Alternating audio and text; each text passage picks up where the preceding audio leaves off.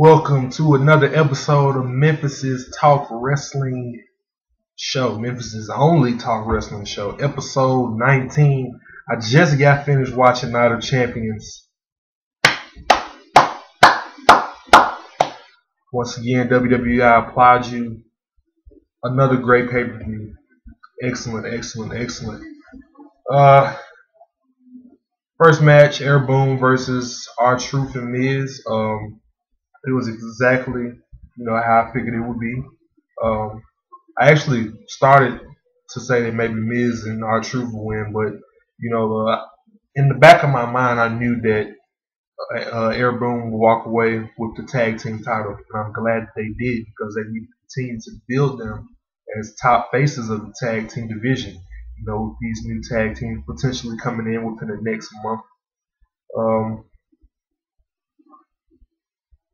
After that, Intercontinental title match, Cody Rhodes versus Ted DiBiase. Again, another good match. It was kind of, nobody seemed to be really into the match. Everybody seemed to have known that, okay, Cody Rhodes is going to win. Everyone knew that Ted DiBiase was not walking out with the Intercontinental Championship. And I'm glad he didn't this time because I'm actually a very good Cody Rhodes fan. So, yeah. United States title, Fatal 4. That was a good match. I did not expect for Dolph Ziggler to win. I had my money on Jack Swagger, but it is what it is. It was a great match no matter what. But man, it was huge. John Morrison executing some of the best moves I ever seen him do. I mean, he had the fans on his side. Alex Riley at one point looked like he was going to get the win. I actually thought he won when he had hit Jack Swagger with the kind of cyclone, whatever you call it, move. But anyway, Dolph Ziggler wins. I'm pretty sure that they'll continue into a Dolph Ziggler versus Jack Swagger feud for this Sunday's Hell in a Cell. Well, not this Sunday, 2 weeks from now. So yeah, it should be pretty interesting. I hope that Jack Swagger does get the United States title some point within the feud because it is well deserved, and hope he does get it.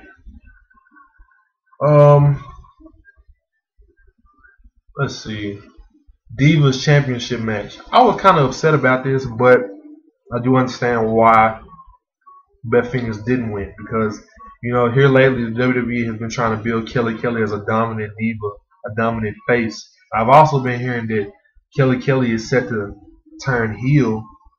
Her or Eve are set to turn heel within these next few weeks maybe. So that's something to think about. But I actually, going into this match, I was thinking maybe Beth Phoenix is going to win just because she's in her hometown. But we've seen situations like this, like when MVP was in Miami, he lost. A few times he wasn't even featured on the show live in Miami. So, I wasn't surprised about Beth Phoenix losing, but overall she got a great pop. A lot of people were into the match, which, we usually don't see that at a pay-per-view, so that was good.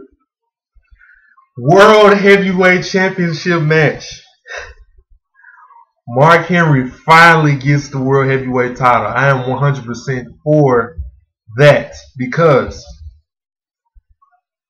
Henry he's been in the WWE for eras, not just years, for eras. He's been in the WWE a little bit before the Attitude Era, the start of the Attitude Era, the end of the Attitude Era. Then he got injured, then he came back. It was still the Attitude Era, but then he was really in the same position. It was almost like every time he would get injured, then he would come back. He would be right back in the same spot. He start over.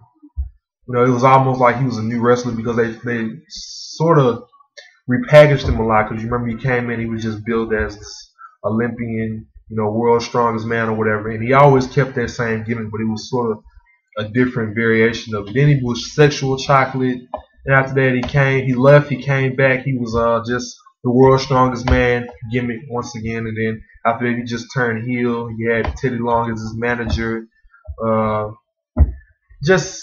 Overall, it's just weird situation for Mark Henry. I was going to say Miami.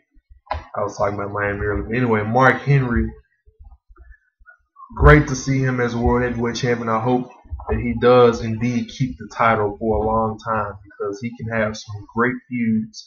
Maybe not 75% good matches. I expect that from Mark Henry. This was about 85%, and that's because he was working with Randy Orton. A lot of people were pretty pissed off that Mark Henry won. Going into the match, I was thinking, okay, maybe Orton will win, and then Mark will beat him at Hell in a Cell. Or maybe Orton will beat him twice. One said, not a champion, which he lost anyway. And then next time at Hell in a Cell, then he will finally lose in Vengeance. So it was a lot of stipulations and speculation that I had in my mind, but overall, I think it was a good choice to have Mark Henry win the World Heavyweight title since he was rumored to not be re-signing with the company after 2011, early 2012. So that's good. WWE Championship match.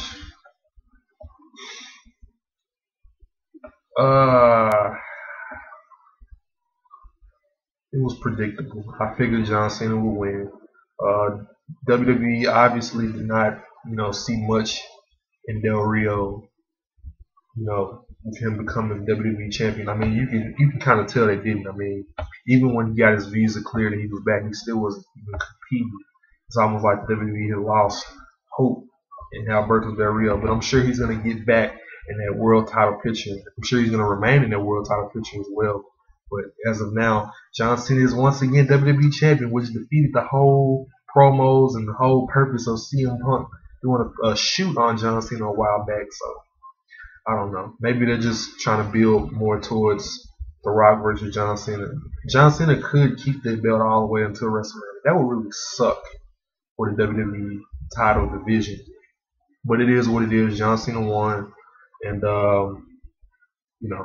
just move on from there. Triple H versus CM Punk. This was a great match from the very start. It was very fast paced. I did not expect that. Triple H is he's not a very intense, fast wrestler. I'm glad that CM Punk was, kind of pushing him to kind of move around a lot more. They were all over the place.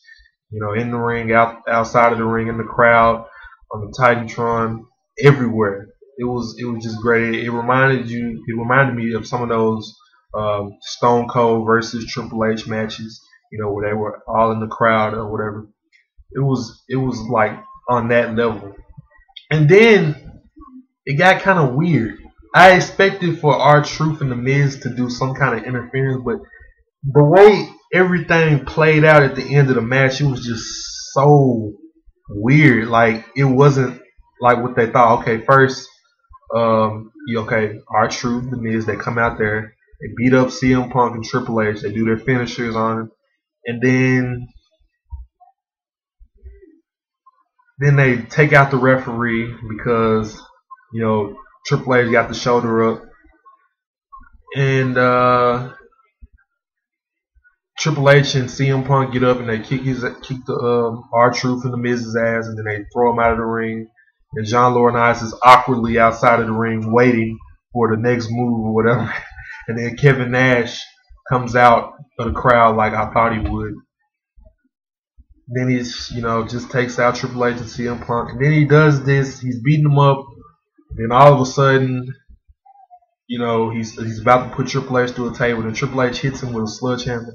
Anyway, to make a long story short, I just felt like that entire moment really didn't have to happen. If that was how they wanted to end the match, overall, Triple H did win. If that was how they wanted Triple H to win the match, I mean, they could have kept R-Truth and Miz out of it, and they could have just, had Kevin Nash come out there and do his little thing or whatever.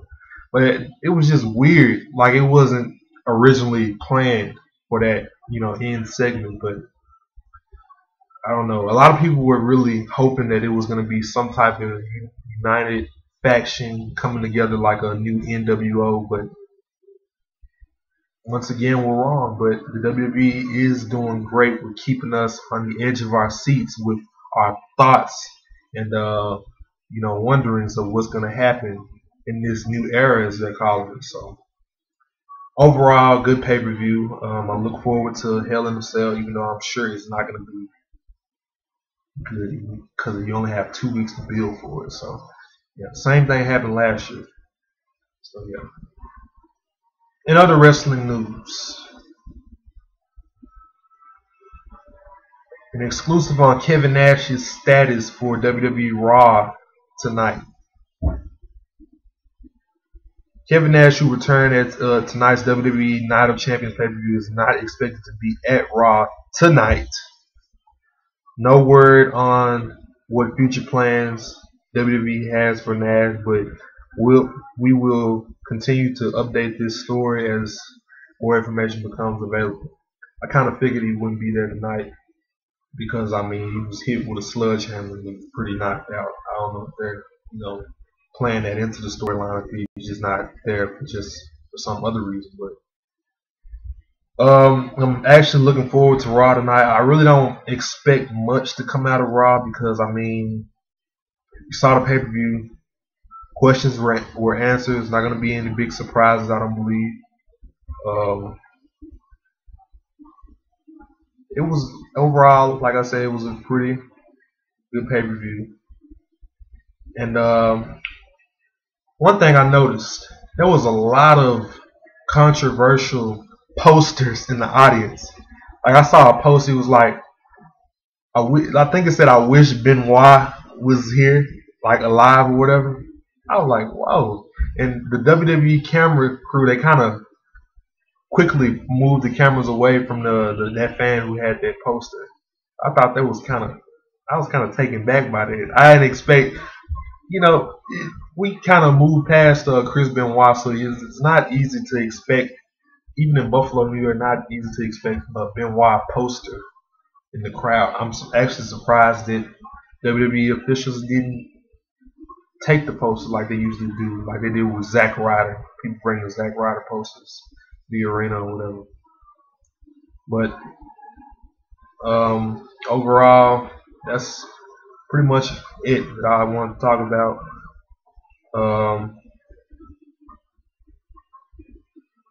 Oh yeah, another post they had was it was a Michael Cole post that said Michael Cole equals low ratings. Thought that was kind of funny. But I'll check in with you guys later this week. If not, I'll check in with you guys later sometime next week. So if you like this video, make sure you go back and watch all of my other videos. Subscribe to this channel. Oh yeah, tomorrow, which is Tuesday, today is Monday right now. I'm gonna try to get this video updated like today, Monday. So you see this video and it's Tuesday, that means I forgot.